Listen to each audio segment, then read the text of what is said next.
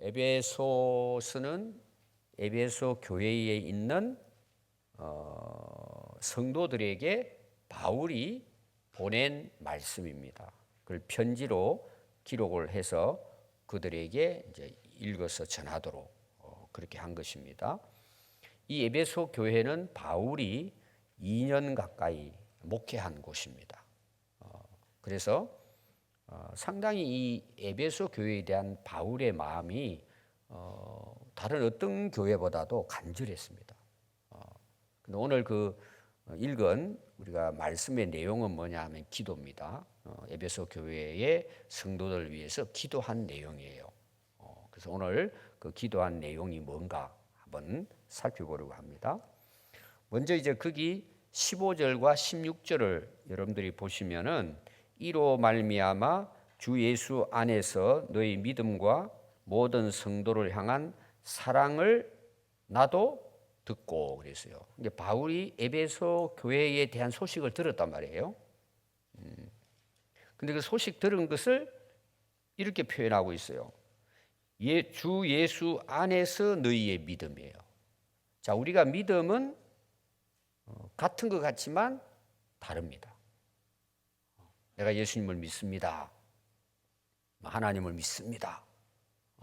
우리가 또 그런 고백하잖아요. 믿습니다. 기도할 때도 믿습니다. 그럼 여러분 그 믿음은 어떤 믿음이어야 될까요? 그게 오늘 여기 이제 바울이 이야기하는 것입니다. 너희 믿음은 어떤 믿음이냐? 어떤 믿음일까요? 주 예수 안에서 있는 너희의 믿음이에요. 우리의 믿음은 예수님을 믿는 거죠.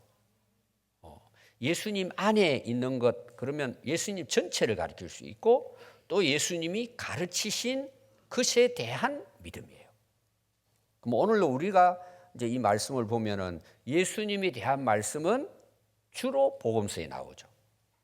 또 복음서에 나오는 예수님에 대한 것이 구약에 나오죠. 그래서 신구약 성경의 주인공은 제가 예수님이라고 그랬죠. 어디든지 예수님을 발견할 수 있습니다. 성경이 말하고 있는 예수님이에요.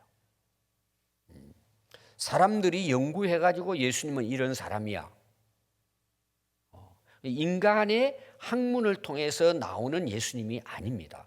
성경이 말하는 예수님을 믿는 믿음이에요. 그게 진짜 믿음이에요. 또 다른 말로 말하면은 우리의 믿음은 예수님 외에는 없어요. 물론 삼위일체 하나님이죠. 예수님은 하나님이시잖아요. 그 예수님 안에 너희들의 믿음을 내가 들었다는 거예요. 이게 진짜 믿음이죠. 여러분들도 내가 뭘 믿는가? 예수님 믿는 거죠. 그럼 예수님을 진짜 믿을 때는 어떻게 해야 될까요? 예수님을 알아야 믿겠죠. 뒤에 이제 아는 거에 대해서는 나오고 있습니다. 그래서 주 예수님 안에 있는 너희 믿음이에요. 교회를 다니면서도 예수님을 안 믿는 사람이 있거든요. 뭐 우리가 성경을 보면 좋은 말씀 있잖아요. 그 믿고 이제 내가 그 말씀을 실천하려고 하죠. 믿음의 가장 중요한 것은 예수님을 믿는 것입니다. 그게 내 믿음이란 말이에요. 어떤 사람은 막 능력을 행하는 믿음 그래요. 여러분 그거는 근본적인 믿음에서는 벗어난 거예요. 권능을 해가고 그래서 저 사람 믿음이 대단하구나. 어떻게 보면요, 믿음이 대단한 것도 없어요. 예수님 믿으면 그게 진짜 믿음이에요. 그걸 바울은 에베소 교회 성도들을 향해서 내가 너희들에게 뭘 들었느냐? 예수님을 진짜 믿는 너희의 믿음을 내가 듣고 있다는 거예요. 두 번째가 뭐냐 그러면은 모든 성도를 향한 사랑을 나도 듣고 있다는 거예요. 그럼 여러분 보십시오. 우리 이제 오늘 우리를 생각해 봅시다. 우리가 진짜 예수님을 알고 믿는 거예요. 그럼 우리가 예수님이 어떤 분이냐? 여러 가지 말할 수 있죠. 하나님의 아들이시라고도 우리가 믿고 또 이제 하나님과 동일하신 분이잖아요. 세상 만물을 창조하신 예수님이란 말이에요. 또 예수님이 이 땅에 오시고 또 성찬들 다가오죠. 예수님이 왜 오셨고 오셔서 하신 일들 고난 받으시고 십자가 돌아가시고 부활하시고 승천하시고 다시 오실 예수님, 그 예수님에 대한 것을 바로 알고 그 믿음을 정말 내가 믿는다면 우리 평안교회 성도들이 정말 그 믿음 안에서 우리가 신앙생활을 한다면 우리 성도들과의 관계 속에서 어떤 일이 일어날까요? 예수님 우리를 사랑하셔서 십자가에 못 박혀 돌아가셨잖아요.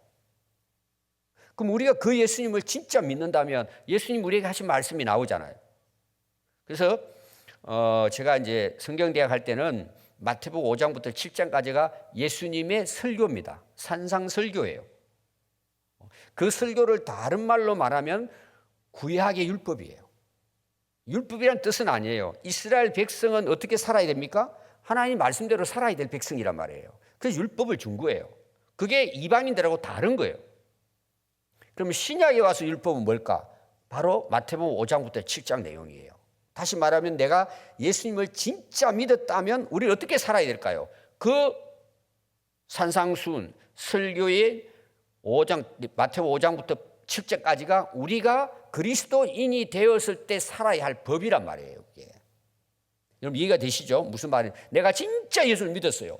그러면 팔복부터 시작해가지고 쫙 거기 7장 마지막까지 나온 것이 예수 믿는 사람들은 법은 이거야. 너희들은 이렇게 살아야 돼. 제가 늘 강조하죠. 그렇게 살아야 구원받기 위해 주신 말씀일까요? 우리가 거듭나서 예수님을 믿고 거듭나서 하나님의 자녀가 됐기 때문에 이렇게 살아야 된다는 거예요. 그게 율법인 거예요. 구약 율법을 이야기하는 건 아닙니다. 그리스도인이 됐다면 살아야 되는 거예요. 이스라엘 백성들이 애굽의 종에서 구원받았다면 너희들은 하나님의 법대로 살아야 되는 거예요. 그게 율법이에요, 여러분, 사실은. 그러니까 이 에베소 교회 성도들은 예수님을 진짜 알고 믿었더니 그 교회 성도들이 서로 어떻게 했다는 거예요? 사랑했다는 거예요. 그럼 여러분 교회 안에 싸우는 사람이 있어요, 없어요? 왜 싸울까요? 예수님 안에 있지 않는 거, 그 예수님을 잘 모르는 거예요. 입으로만 믿는다, 입으로만. 여러분 믿음이 바로 하나님을 사랑하고 이웃을 사랑하는 거잖아요. 예수님이 그게 첫 번째 율법이라 계명이라 그랬잖아요.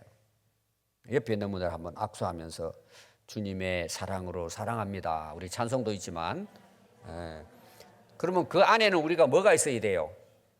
예수님을 진짜 알고 믿는 믿음이 있는 거예요. 여러분 가정이 싸울 수 있잖아요. 사람이다 보니까 모자라니까 우리가 싸울 수도 있어요. 그러나 내가 예수님에 대한 그걸 알고 더 알고 말씀을 깨닫게 되고 확실하게 믿게 되면 부부가 어떻게 살까요? 뭐 간혹 싸울 수는 있지만 그래도 주님의 그 은혜와 사랑으로 사랑하게 되니까 야 우리 진짜 예수님 잘 믿었다.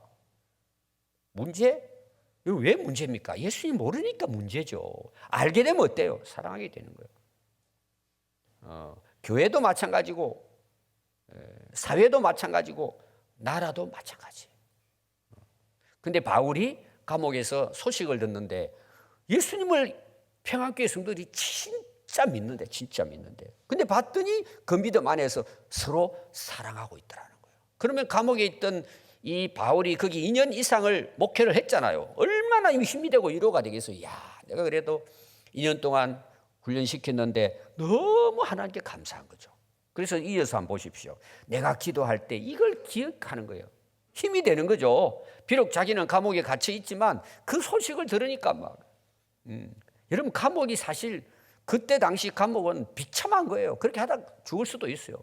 그래 힘이 되고 위로가 되고 지금 에베소 교회에 이 편지를 보내면서 이 이야기하는 내가 그걸 듣고 내가 비록 감옥에 있지만 너희들을 기도할 때마다 항상 이 기억을 하면서 너희들에게 기도했는데 어떻게 기도의 모습이냐 너희로 말미암아 하나님께 감사했다는 거예요. 하나님 너무 감사합니다. 보통 우리 같으면 뭘 기도해야죠? 여러분 우리가 이제 복음 전하다가 로마 감옥에 갇혔잖아요. 그럼 우리가 진짜 밤새도록 기도해야 될 우리의 기도 제목이 뭘 같아요? 기본적으로 첫째는 이제 불평불만이죠. 내가 생명 걸고 복음을 위해서 이렇게 살아왔는데 이 로마까지 와가지고 이 감옥에서 지금 이렇게 힘들고 살아가는데 하나님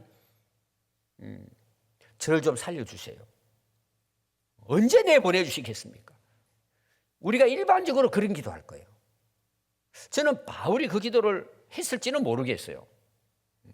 근데 바울이 보면 에베소 교회뿐만 아닙니다. 그 감옥에서 그 교회를 생각하고 기억하면서 하나님 앞에 기도하는데 어떤 교회는 막 그 생각을 하면 어떨까요? 마음이 아픈 거예요. 와, 쟤들 왜 저렇게 싸우냐?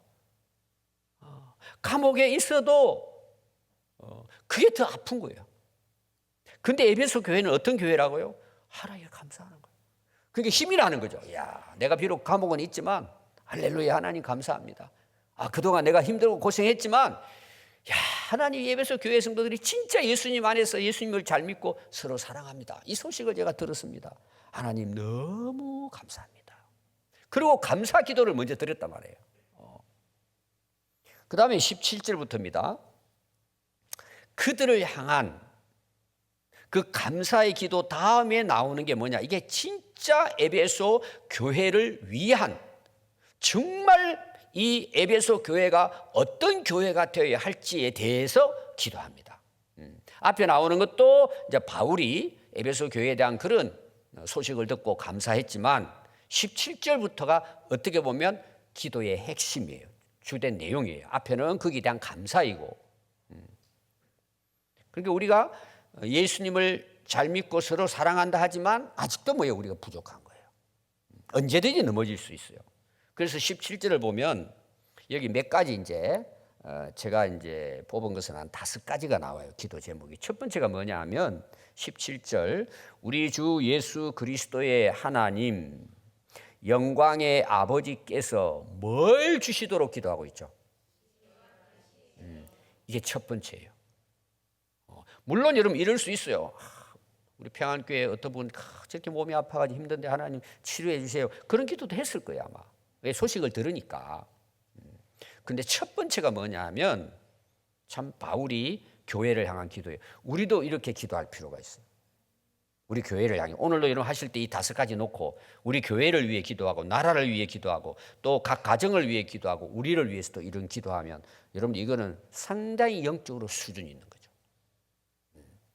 하나님, 에베소 교회 성도들이 지혜와 계시의 영으로 충만하게 해주세요. 이걸 좀 쉽게 표현하면 뭐냐 하면 성령 충만하게 해주세요. 하나님의 영으로 충만하게 해주세요. 성령 충만이에요. 성령 충만. 성령의 음성을 듣고 그 성령의 말씀을 따라 살아갈 수 있도록 지혜와 계시의 영을 달라는 거죠. 자, 저는 이걸 많은 설명을 할 수 있는데 저는 딱 한 가지 이야기하고 싶어요. 이게 이제 우리가 기독교와 다른 철학과 종교가 다른 거예요. 자, 우리가 철학이라든지 인간이 만든 종교는 내가 가는 거예요. 내가 하늘로 올라가는 거예요. 내가 깨닫는 거예요. 내가 수행을 하는 거예요. 그래서 내가 뭔가 대단한 어떤 영적 세계로 내가 어떤 도를 통해서 올라가는 거예요. 전부 다, 대부분 다 그래요. 내가 올라가는 거예요. 여러분, 우리가 그렇게 한다고 하나님 알 수 있을까요? 모릅니다. 예수님도 모릅니다. 근데 기독교의 특징이 하나 있어요. 가장 중요하죠. 다른 것보다. 위로부터 내려오는 거예요. 하나님이 우리에게 부어주셔야 되는 거예요. 그게 오늘 보면은 지혜와 계시의 영, 성령이 우리 안에, 하나님의 영이 우리 안에 임함으로 어떨까요? 알게 되는 거예요. 이 영적 세계를 알게 되는 거예요. 자, 제가 계시록 여러분들에게 말씀을 나누잖아요. 첫 번째가 뭐라고 나오죠? 1장 1절에. 계시록 1장 1절이에요. 제가 이제 설교할 때 강조를 많이 했는데 하도 바쁘다 보니까 여러분들이 모르죠. 누구의 계시라고 나오죠? 그게 요한 계시록이란 말이에요. 제가 계시 이야기했죠. 덮여 있어서 몰라요. 여러분 땅 속에 있는 거 안 보이잖아요. 그래서 인봉을 떼는데 여러분들이 거기 딱 뭐 흰말이 나오고 이런 거 나오잖아요. 인봉 떼고 뭐 대접, 재앙 이렇게 다 나오잖아요. 그걸 뗄 사람이 아무도 없다고 나오잖아요. 그 막 하나님께 누가 이거 뗍니까? 한 분이 계신다는 거죠. 그분이 예수 그리스도이십니다. 예수님께서 요한을 통해서 앞으로 우리가 보게 될 마지막 또 하나님의 나라를 뚜껑을 열어서 딱 보여준 거예요. 그게 계시예요. 근데 기독교의 신앙은, 기독교의 본질은 위에서 하나님께서 우리에게 계시해 주시는 거예요. 하늘의 지혜를 우리에게 주실 때 우리는 그 믿음을 바르게 알게 되고 말씀을 깨닫게 되고 우리가 바르게 신앙생활을 할 수 있는 거예요. 그래서 바울은 자기가 이걸 경험했잖아요. 바울이 원해가지고 예수님 만났어요. 예수님이 오셔서 그에게 나타나서 만나주셨어요. 계시의 영이에요. 우리도 마찬가지. 진짜 믿음은 내가 머리로 공부해가 똑똑해가지고 이거는 믿을 수 있어. 이거는 진짜야 가짜야. 내가 기준이죠. 여러분 그거는 믿음이 아니라는 사실을 여러분들이 분명히 아셔야 됩니다. 위로부터 내려오는 거예요. 지혜와 계시의 영이 성령이 내 안에 오셔서 그 성령을 통해서 깨닫게 되는 거예요. 성경은 다 계시의 말씀이에요. 거기 모세오경도 나오고 또 선지자들 이름 나오면서 성경이 나오잖아요. 이사야, 예레미야, 에스겔 쭉 나오잖아요. 다 뭐예요? 하나님께서 그에게 계시의 영을 주셔서 기록한 거예요. 그래서 여러분 그 디모데후서 3장 16절 보면은 모든 성경은 하나님의 감동으로 하나님의 영으로 되었다는 거예요. 이게 진짜 신앙이에요. 내가 깨달아 가지고 뭐 했더니 이거는 여러분 잘못된 믿음이에요. 그래서 여러분들 기도하실 때 우리 자신도 그렇고 여러분 자녀를 위해서도 교회를 위해서도 나라를 위해서도 지금 우리나라 여러분 쑥대밭입니다. 영적으로 제가 이야기하는 거예요. 정치적으로만 제가 이야기하는 게 아니에요. 쑥대밭이에요, 여러분. 우리나라. 여러분 왜 이런 일이 일어날까요? 인간의 생각과 인간의 어떤 논리와 인간의 뭔가를 가지고 여러분 안 믿는 사람들은 그렇게 하잖아요. 자기 머리 똑똑 가지고 이걸 또 좋게 이걸 사용해 가지고 정말 백성들에게 평안을 주고 백성들이 잘 살 수 있도록 노력을 하면 되는데 다 자기만을 위해서. 겉으로는 국민 그러는데 속으로는 전부 자기들의 욕심이에요. 여당 야당 싸우는 것도 마찬가지고. 지금 우리나라 교회 안에도 여러분 영적으로 쑥대밭이라니까요. 하나님이 주시는 지혜와 계시의 영이 아니란 말이에요, 여러분. 악한 영에 사로잡히는 거예요. 그래서 나라를 위해서도 여러분들이 하나님 이 백성들이 하나님께서 주시는 이 지혜와 계시의 영을 주셔서 하나님 앞에 이 민족을 바르게 세워달라고 좀 기도하면 됩니다. 그 영이 그들에게 임하도록. 자, 우리가 이제 김병헌이 죽일 놈 살릴 놈 그렇게 하지만 우리나라에서는 우리가 흔히 그렇게 기도하잖아요. 하나님, 옛날에는 사실 김일성, 김정일 할 때도 기도를 많이 했잖아요. 우리 나라를 위해서. 어떤 사람들은 죽여주십시오. 멸망시켜주십시오. 이렇게도 기도하지만 여러분 그들에게도 하나님께서 지혜와 계시의 영을 불어넣으시면 해가닥합니다. 우리 다 그렇게 해서 예수 믿게 된 거예요. 진짜 제가 믿음을 지금 이야기하는 거예요. 얼마나 중요한 기도를 바울이 하고 있습니까? 여러분 자신에게도 그렇게 기도해야 돼요. 여러분 머리 가지고 신앙생활 하면은 그 신앙생활 여러분 굉장히 위험합니다. 목회자도 마찬가지입니다. 세상 가진 지식, 지혜도 필요해요. 그러나 근본적인 것은 뭘까요? 계시의 영을 받아야 합니다. 지혜의 영을 받아야 합니다. 그러니까 여러분 솔로몬 왕이 뭘 기도하죠? 오늘로 말하면은 하나님 저 이제 대통령 됐는데 저 아무것도 몰라고 어린애 같아요. 저에게 지혜의 영을 주십시오. 이 기도를 한 거예요. 나중에 또 이상하게 되지만 여러분 꼭 이 기도하시기 바랍니다. 여러분 아이들에게도 기도할 때 하나님 우리 에스겔에게 지혜와 계시의 영을 주십시오. 한 시대를 바꾼단 말이에요. 그러면 한국 교회가 회복됩니다. 우리 한국의 지도자들이 하나님께서 지혜와 계시의 영을 주십시오. 여러분 꼭 이 기도 잊지 마십시오. 앞으로 기도할 때. 두 번째가 뭐냐 그러면은요. 너희에게 주사. 그럼 주시면 어떻게 한다는 거예요? 그 이유가 나와요. 하나님을 알게 된대요. 제가 아까 이야기했죠. 우리 기독교와 다른 종교의 차이가 뭐라 그랬어요? 내가 뭘 해가지고 하나님, 사실은 그건 자기가 하나님이에요. 하나님께서 계시와 지혜의 영, 즉 성령으로 우리에게 임하시면 하나님을 똑바로 믿게 되는 거예요. 말씀이 믿어지게 되는 거예요.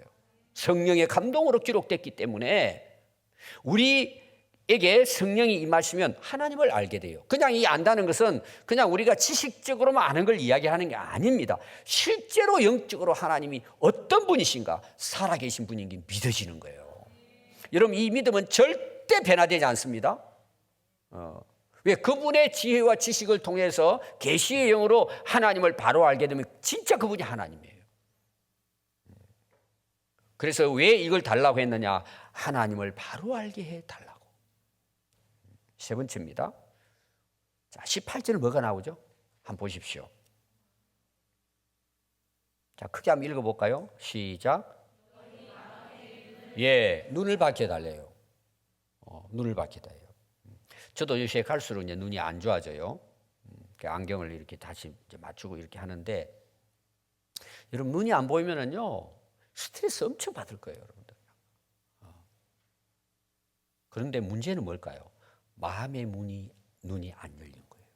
이걸 다른 말로 하면 이건 영적인 눈을 이야기합니다. 우리 영안이라 그러잖아요. 이 마음의 눈, 자, 그 지혜와 계시의 영으로 하나님을 알게 되고 우리 마음의 눈을 밝히사. 그 뭐냐면 계시와 지혜의 영을 통해서 우리 영적인 눈을 밝혀준다는 거예요. 자, 우리가 그 눈을 밝힐 때 가장 중요한 게 뭘까요? 길을 찾습니다. 길을. 그렇죠? 눈이 보이지 않으면 길을 갈 수가 없어요. 자, 우리가 이 세상에 살아갑니다. 세상에서도 눈이 안 보이면은 우리가 이제 소경이 그렇잖아요. 막대기 짚고 이렇게 두드리고 가니 얼마나 여러분 그분들 진짜 답답하겠어요.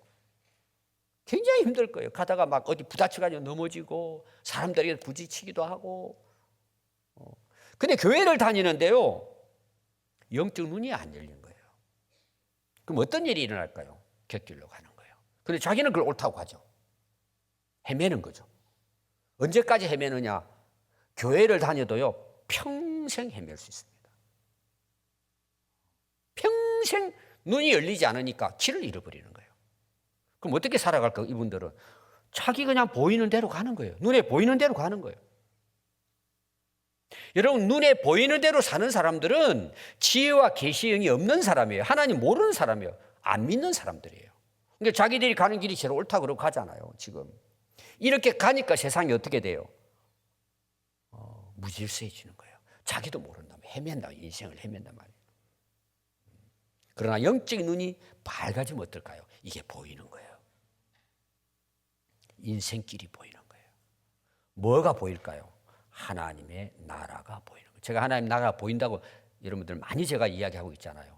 우리가 이 육체적인 눈을 보고 보인다는 이야기가 아니란 말이에요. 바로 지혜와 계시의 영으로 우리의 영적 눈이 열려졌을 때 보이는 거예요. 그거는 이게 보여달라 그러는데 그 사람들은 보여줄 수가 없어요, 여러분.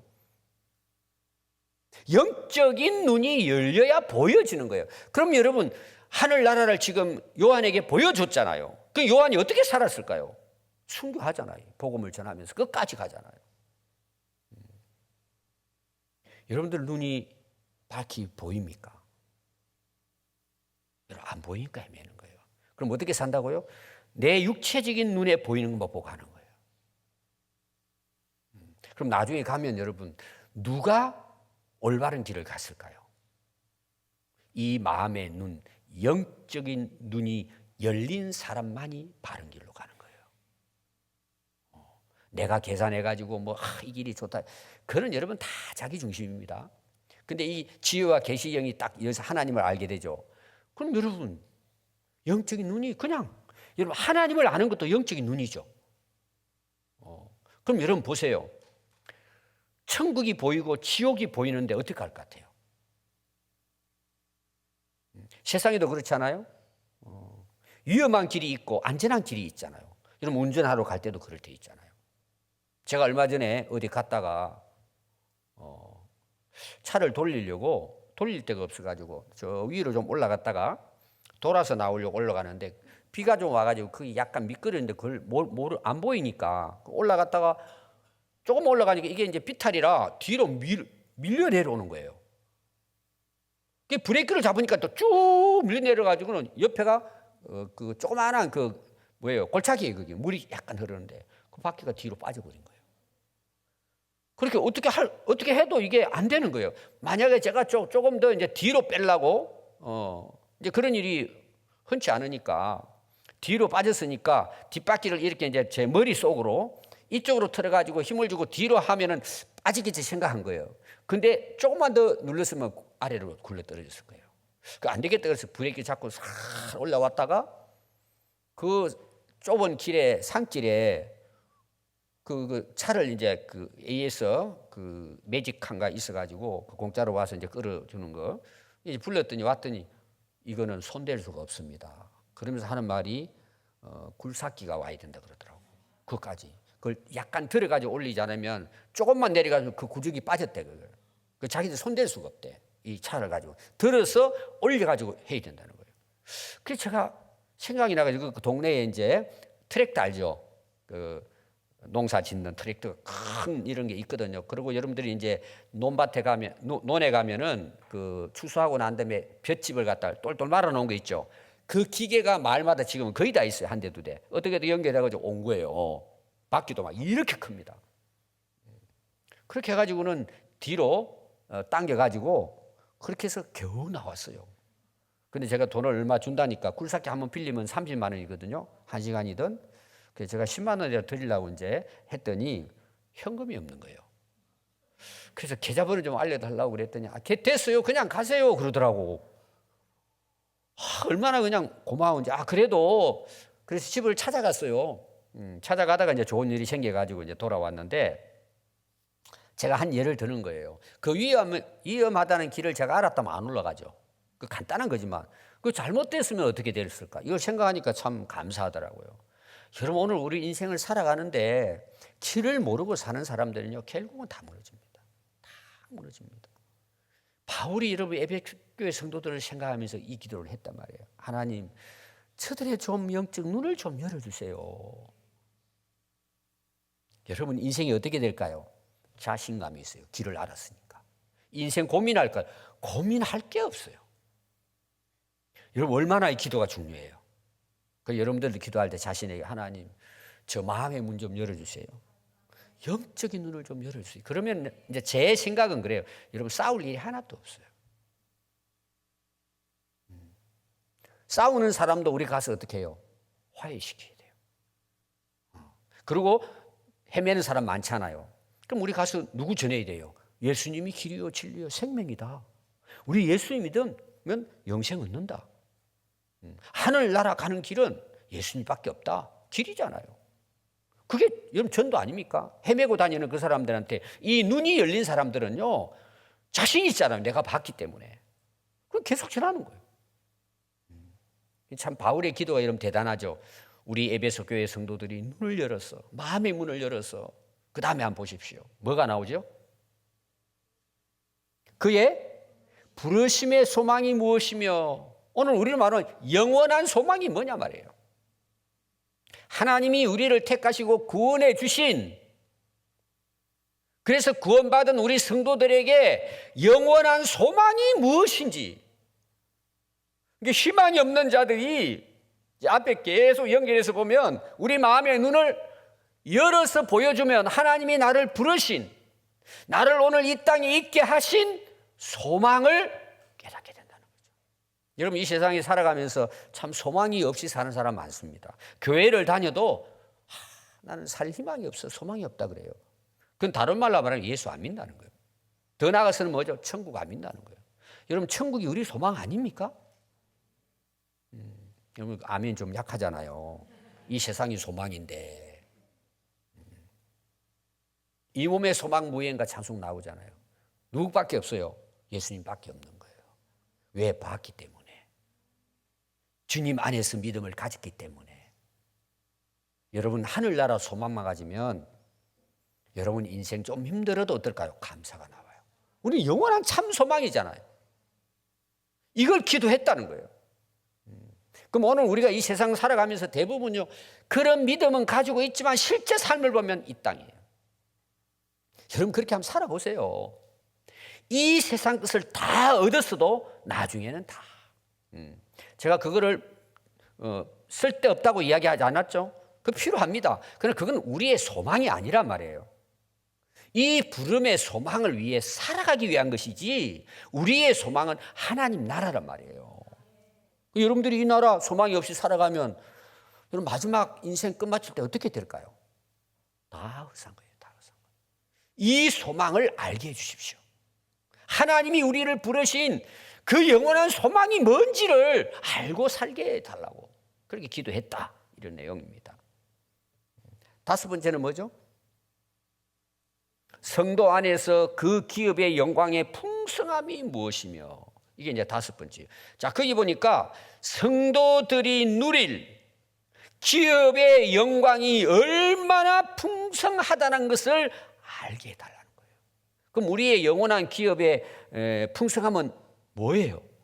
하나님 나라 상속자잖아요.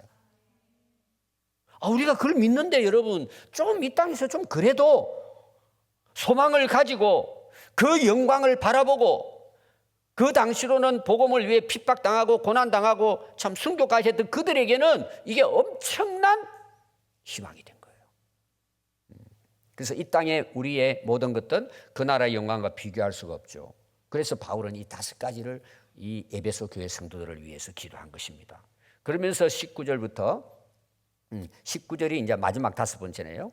그의 힘의 위력으로 역사하심을 따라 믿는 우리에게 베푸신 그 하나님의 능력이 지극히 크심이 어떠한 것을 너희로 알게 하기를 구하노라. 하나님의 전능하심, 내게 능력 주시는 자 안에서 모든 것을 할 수 있는 그 하게 하시는 그분의 위대한 능력을 너희들로 하여금 알게 하기를 원하노라.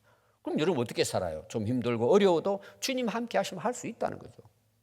우리가 찬송가 많이 할 수 있다, 할 수 있다 찬송 나오잖아요. 내게 능력 주시는 자 할 수 있다.